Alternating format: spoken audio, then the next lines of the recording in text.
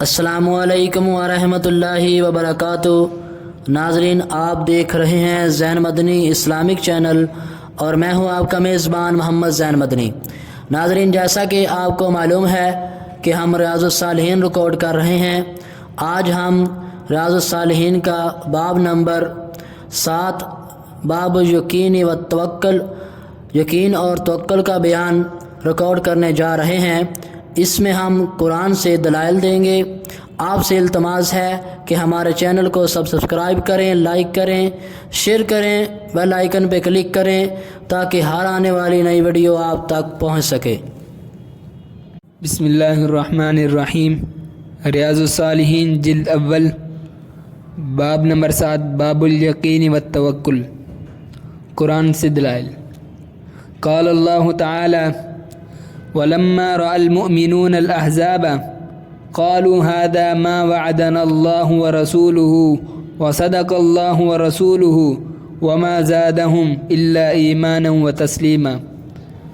اللہ نے فرمایا، اور مومنوں نے جب کافروں کے لشکر دیکھے تو کہا، یہ تو وہی ہے جس کا اللہ اور اس کے رسول نے ہم سے وعدہ کیا تھا، اور اللہ اور اس کے رسول نے سچ کہا تھا، اور اس چیز نے ان کو ایمان اور تسلیم میں زیادہ کیا۔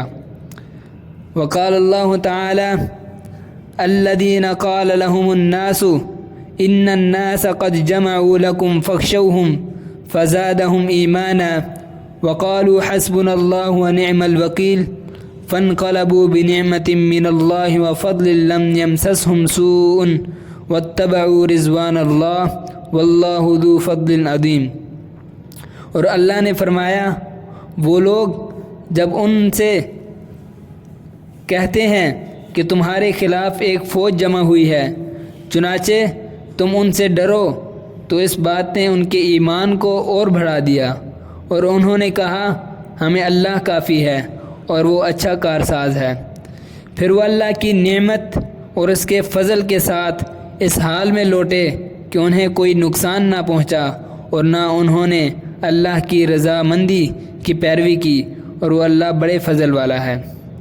وقال اللہ تعالی: وتوکل علی الحی الذی لا یموت، اور اللہ بلند و برتر ہے،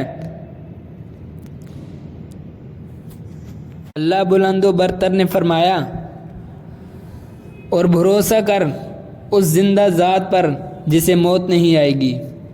وقال اللہ تعالی: وعلی اللہ فلیتوکل المؤمنون، اور فرمایا، اور اللہ ہی مومنوں کو بھروسہ کرنا چاہیے، اللہ ہی پر مومنوں کو بھروسہ کرنا چاہیے۔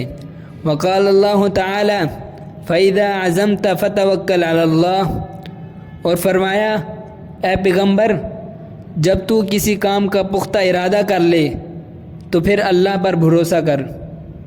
وقال اللہ تعالی: وَمَن يَتَوَكَّلْ عَلَى اللَّهِ فَهُوَ حَسْبُهُ، اور فرمایا، جو اللہ پر بھروسہ رکھتا ہے تو وہ اسے کافی ہے۔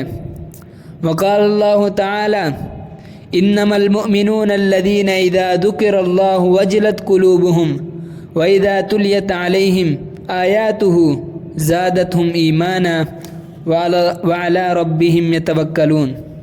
اور اللہ رب العزت نے ارشاد فرمایا، مومن تو وہی ہے جب ان کے سامنے اللہ کا ذکر کیا جاتا ہے تو ان کے دل اس عظمت اور جلالت اور خشیت سے کانپ اٹھتے ہیں، اور جب ان پر اس کی آیات پڑھی جاتی ہیں تو وہ ان کے ایمان میں اور اضافہ کر دیتی ہے، اور وہ اپنے رب ہی پر بھروسہ کرتے ہیں۔ ان آیات میں توکل کا مطلب ہے اسباب کی حد تک مکمل تیاری اور وسائل کے استعمال کے بعد اللہ کی ذات پر بھروسہ کرنا، کیونکہ اسی کے پاس سارے اختیارات ہیں، علاوہ ازیں اس کی مشیت کے بغیر کچھ نہیں ہو سکتا۔ اس لیے ایک مومن اسباب و وسائل کا استعمال تو ضرور کرتا ہے، اور ایسا کرنے کا حکم بھی ہے، لیکن اس کا سارا اعتماد ان اسباب و وسائل پر ہی نہیں ہوتا، بلکہ اصل اعتماد اللہ کی ذات پر ہوتا ہے۔ وآخر دعوانا ان الحمد للہ رب العالمین۔